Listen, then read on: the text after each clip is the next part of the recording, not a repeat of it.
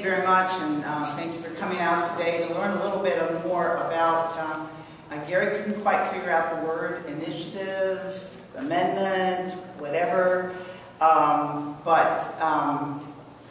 this is really a movement, I think is the best word to describe this. I'll just tell you very briefly how this current effort to get early childhood addressed in the budget came about. It was on April 16th, less than a month ago, frankly, that the Children's Caucus, which is a newly formed bipartisan, bicameral organization here in the state, I happen to be one of the co-chairs of it, but we met for the second time. And in this group, we were trying to decide what we wanted to be our focus for the upcoming year. It was no contest. There was no debate. There was no discussion, really. Everyone said we need early childhood education in the state of Ohio. Within 2 hours of that meeting, a bipartisan group went over to the House, introduced an amendment to authorize the $10 million that Representative Amstutz talked about, largely as sort of a placeholder. They knew we needed substantially more than that if we're going to actually make early childhood access a reality here in Ohio. Why is that access so important? One reason is that last year we passed a third grade reading guarantee. We said every child is going to need to learn how to read before they go on to fourth grade.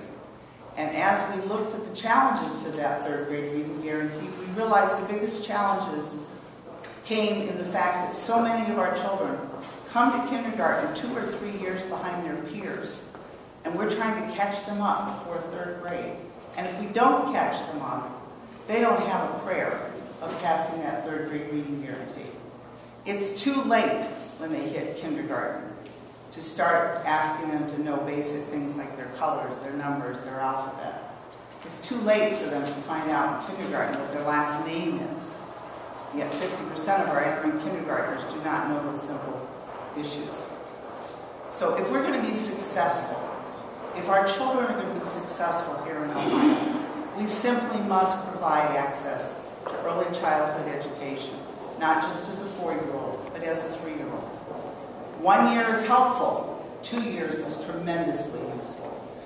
So the program that we're looking at basically is a voucher-based program that says we have a certain number of slots in our public preschools. Right now it's 5,700. The governor proposed raising that to 6,200. We have 130,000 children who are eligible for these services. Those are children under 200% of the poverty level. Let me emphasize, we are not talking about a universal pre-K program here. We are not suggesting that every child in the state of Ohio must attend preschool starting at age 3.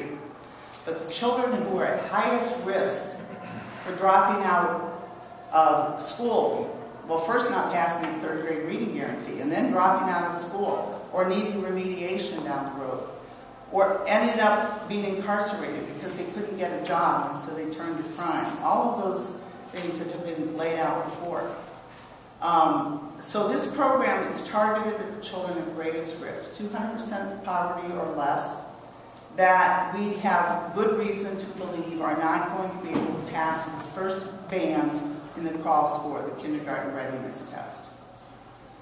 They will be given a voucher to attend wherever there is an available spot in a quality pre-K program, and I stress the word quality. Several years ago, Ohio won a Race to the Top grant that provided $70 million for us to raise the quality of our preschool programs throughout Ohio. For the last 2 years, that has been the focus of the state's initiative, is to raise the quality and to rate the centers, rate preschools on a star basis as to those that provide the academic tools that a child needs to be successful. A voucher in this program will require that they be in the 3 to 5 star rating system under the new rating system that's going into place this year. A voucher may not be used at a center that does not have a high star rating system. Now, we know how many public spots we have, and we know they aren't near enough.